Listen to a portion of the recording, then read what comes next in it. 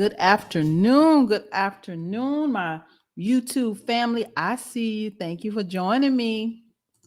Good afternoon. Good afternoon, Clubhouse.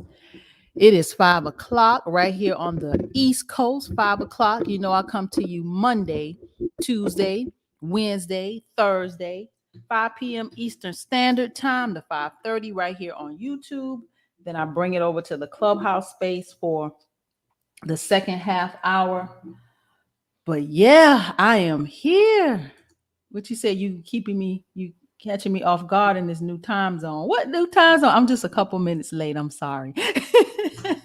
I'm sorry. I don't think it's enough hours in the day, y'all. I managed the entirety of this campaign, everything about it. I'm hands on.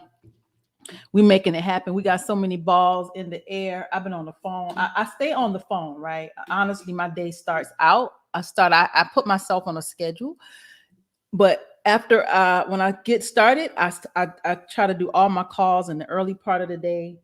Lots of talking, lots of connecting, for all the right reasons, y'all. I'm having all the right conversations. So yeah, and then I try to make sure I'm prepared for you, because I try to do this at 5 o'clock, and I'm on social media and doing all these balls are in the air at the same time. Yeah, you said you in Central. Well, it is 5 o'clock right here. It is Keeping Up with Congress, because I told you we will not, I repeat, we will not get reparations without negotiations. It just won't happen. So we got to be mindful that if we're going to get this check cut in Congress, we got to know the players. We got to know the game. So let's get this party started. You know, I always like to start out with reparations information. I went down the reparations rabbit hole and found this article. Thought was interesting. I actually wanted to look up this commentator. His name is Michael Cord. It says, stop merely requesting and start suing for reparations. Interesting approach. He's saying, let's stop begging and asking, demanding all the stuff that we're doing. Maybe not go through the legislative process. He didn't necessarily say that, but his answer to us getting reparations is to just sue. So I wanted to hear where he was coming from. He says, America must make up for the wrong it did. America must restore us to the condition we would have been in if we had voluntarily immigrated here like Europeans did. He says America must repair the damage it caused. Okay, he starts out all right and says, and this is despite the fact that H.R. 40 doesn't actually request reparations. It merely reasonably and rationally requests the creation of a commission to study reparations as a possibility, and it reasonably and rationally requests a formal apology by the U.S. government. That's all. And for racists, that's just too much. So he's saying that, you know, asking ain't the answer. He says, so what do? Well, we do whatever needs to be done to attain justice, and we do it by any means necessary. And one of those means is litigation. He says, in other words, we sue them. So his answer to us getting reparations is, let's just sue them. I thought it was an interesting concept. So I wanted to hear his legal considerations to why. So he says, reparations lawsuit considerations. Number one, unjust enrichment. It says, even though no white person alive today ever enslaved anyone, and even though no black person alive today was ever enslaved, the legal theory known as unjust enrichment could apply. He says that simply means, for example, that although a person didn't steal an item and didn't even know it had been stolen, that person is nonetheless legally required to surrender it to the police if it's determined to have been stolen. He says our labor and property, along with many other things, were stolen. So he says number one would be unjust enrichment for considerations for suing for reparations. Standing is the second reason, y'all. He says standing. He says if a white government or corporate defendant asserts you don't have a right to sue regarding slavery in particular because you were never enslaved, and asserts you therefore have no legal standing, you simply respond with your state statutes of descent and distribution and prove that a particular ancestor had been enslaved. So you do have legal standing. That's his second reason that we could sue for reparations. The third, he says, the statute of limitations issues. It says if a white governmental or corporate defendant asserts that the injury or wrong you're suing for is too old to be considered by a court, you simply respond with the concept known as ongoing wrong or continuing violations, as well as the principle of tolling. So he says that the statute of limitations is we're still in the midst of this, right? Number four, his reason for suing, he said damages. He says damages is a term that pertains to monetary compensation. In other words, how much money should a person be required to pay you for the injury or wrong he or she caused? He said, well, my reparations lawsuit wouldn't seek to put any cash into my pocket at all. He says, why? Because reparations is much bigger than money. Now, here's where I wanted to get off his train because America is going to have to cut the check. Cut the check. You're going to have to cut the check. I couldn't go along. I stopped there. I was like, okay, he lost me on that fourth point. But I went in to hear what else he had to say. He says, if not cash, then what?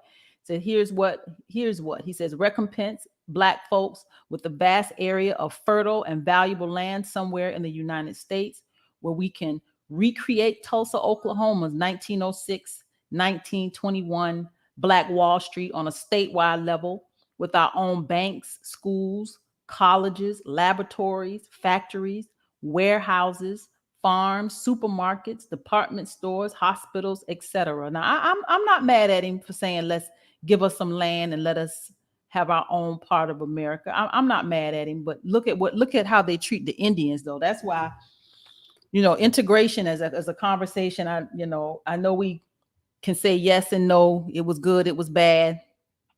But hell, they don't look. When we integrate their neighborhoods, we get a piece of their pie.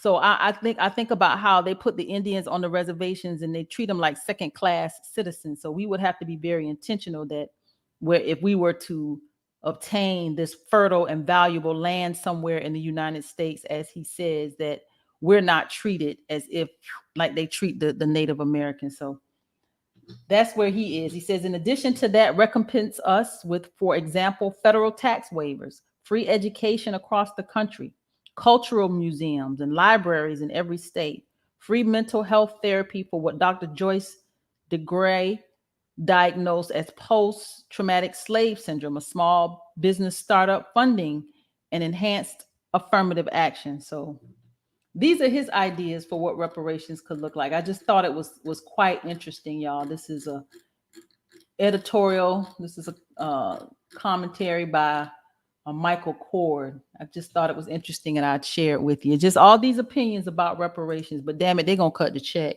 They're going to have to. They're going to have to. I'm sorry. I found another interesting article talking about Haiti and how it was the greatest heist in history, and says how Haiti was forced to pay reparations for freedom.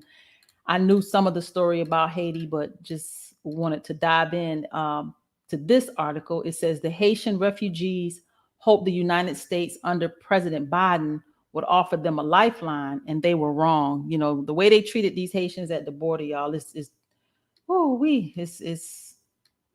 send them all back. They went somewhere because they disappeared, didn't they? Right? Like poof, and they were gone.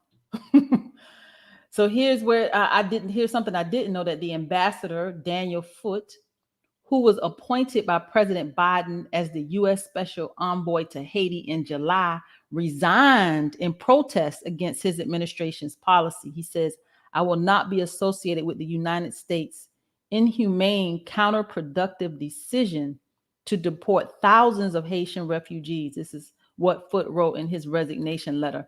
I actually looked up this letter because I wanted to see what his resignation letter actually said. So here's the letter, y'all, from the Haitian ambassador when he resigned. He says, with deep disappointment and apologies to those seeking crucial changes, I resign from my position as Special Envoy for Haiti, effective immediately. He says, I will not be associated with the United States' inhumane, counterproductive decision to deport thousands of Haitian refugees and illegal immigrants to Haiti, a country where American officials have confined to secure compounds because of the danger posed by armed gangs in control of daily life. He says, our policy approach to Haiti remains deeply flawed, and my recommendations have been ignored and dismissed when not edited to project a narrative different from my own. So he was already disgruntled, y'all. He was already catching it. So when this happened, he just hit the door, hit the gas and got up out of there. So he quit. I thought that was interesting. I wanted to look it up. It's a 2-page letter. His resignation letter goes into, why he felt this was inappropriate, the way the Biden administration actually treated the Haitians at the border. We all watched it. And again, poof, they were gone. Literally, I don't know how many damn planes y'all could have got in and out of there. Because y'all got rid of all of those people. Like, it seemed like to me overnight. Tens of thousands of people disappeared. Yeah. So, yes. So that was the letter. Going back to the article about Haiti. I just thought it was interesting. It says Haiti is one of the poorest nations in the world, and rich countries have their fingerprints all over the nation's stunted development. The United States worked to isolate a newly independent Haiti during the early 19th century and violently occupied the island nation for 19 years in the early 20th century. It says while the U.S. officially left Haiti in 1934, it continued to control Haiti's public finances until 1947, siphoning away around 40% of Haiti's national income to service debt repayments to the U.S. and France. So they was just pimping Haiti. United States and France. It says much of this debt to France was the legacy of what the University of Virginia scholar Marlene Dart calls the greatest heist in history. Surrounded by French gunboats, a newly independent Haiti was forced to pay its slaveholders reparations. You read that correctly. It was the former slaves of Haiti, not the French slaveholders, who were forced to pay reparations. It says Haitians compensated their oppressors and their oppressors' descendants for the privilege of being free. It says it took Haiti more than a century to pay the reparations debt off. So Haiti is not a product of its own doing, y'all. Haiti, the situation that Haitians are in, I'm inviting y'all to the stage. It helps my algorithm. So if you want to come on up and ride with me, I'll be on Clubhouse at the half hour. So stay with me if you don't mind, brother. Awesome. So yeah, so what's happened over in Haiti, it is not to Haiti's own doing. It's the United States and France. So I just wanted to bring you this. The last paragraph in the article, it says, but if the rich world wants to help right the wrongs done to Haiti in the past, perhaps the most effective policy now would be to accept more Haitian refugees. It says this wouldn't only be a humane policy that would improve their and their future families' lives. It said it was also likely to be a boost to the Haitian economy.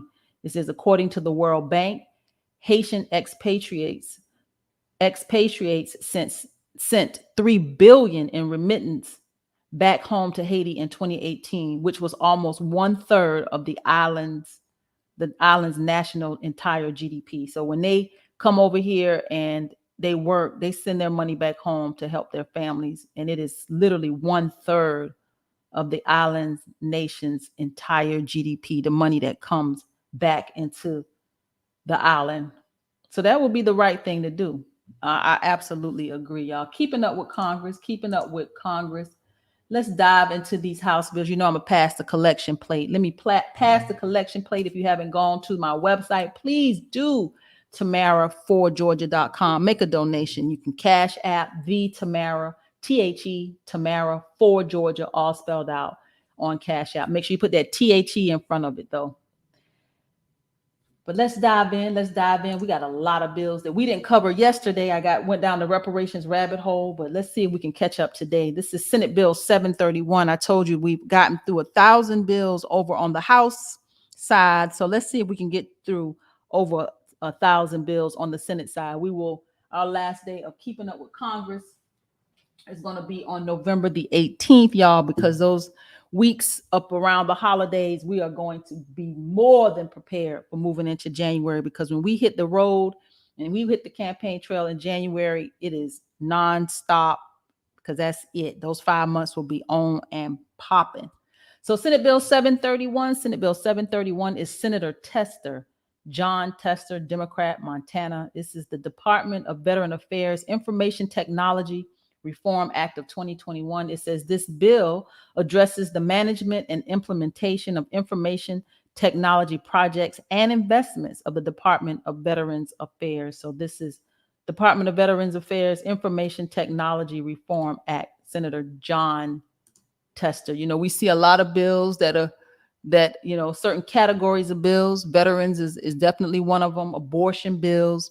We see immigration bills, national security bills, gun legislation, and streamlining the processes, y'all. We kind of see these categories of bills as we've been keeping up with Congress. Senate Bill 732 is BuyAmerican.gov Act of 2021. BuyAmerican.gov Act of 2021. This is Senator Rob Portman. Rob Portman, he's a Republican, y'all, out of Ohio. It says this bill directs the president and specified federal agencies to take steps to increase transparency and limit use of waivers of Buy American laws. So these Buy American laws, I looked it up. It says that will establish a centralized online hub to increase transparency and ensure federal agencies prioritize the purchase of American-made goods in compliance with existing laws. So that's what this BuyAmerican.gov Act is all about. Here's a quote from the senator himself. It says, "We must do everything we can to protect and maximize American jobs. And that starts with ensuring that our tax dollars aren't used to create jobs overseas." He says, "I was pleased to see President Biden agree with me about the need for a website to better identify contracting opportunities of American manufacturers." It says, "By improving transparency, the BuyAmerican.gov Act will encourage federal agencies to support American workers and American jobs by faithfully complying with the Buy American laws." It says this is a bipartisan bill that is needed now to help support American jobs. So this is, again, Senator Portman, Rob Portman, out of Ohio. Senate Bill 733 is the Innovation Zone Act. This is Senator Young, Todd Young, Republican, Indiana, y'all. Senator Todd Young, Republican, out of Indiana. It says this bill replaces the experimental sites initiative of the Department of Education with an innovation zone initiative consisting of voluntary experiments by participating institutions of higher education. Y'all, a lot of this stuff sometimes is like mumbo jumbo. You have to really dive in, and that's what Keeping Up with Congress is all about. I try to dive in enough to give us an overview. A lot of it will require a lot more research, but at least we have an overview and some sense of an understanding. So here's a press release from Senator Young's office. It says the Innovation Zone Act would reform the underutilized and inefficient experimental sites initiative authorized under the Higher Education Act. It says the IZ, which is the Innovation Zone Act, would rename experimental sites as innovation zones to better reflect the program's mission of encouraging higher education institutions to pursue innovative strategies that increase student access. So they sounds like a renaming to me. You don't want to be known as the experimental sites. They want to rename it the innovation zones. Yeah, they experimenting to me. Sound like some experimental stuff to me. Senate Bill 733. Senate Bill 733. Senate Bill 734 is the Jenna Quinn Law. This is Senator Cornyn, Cornyn, N-Y-N. John, Republican.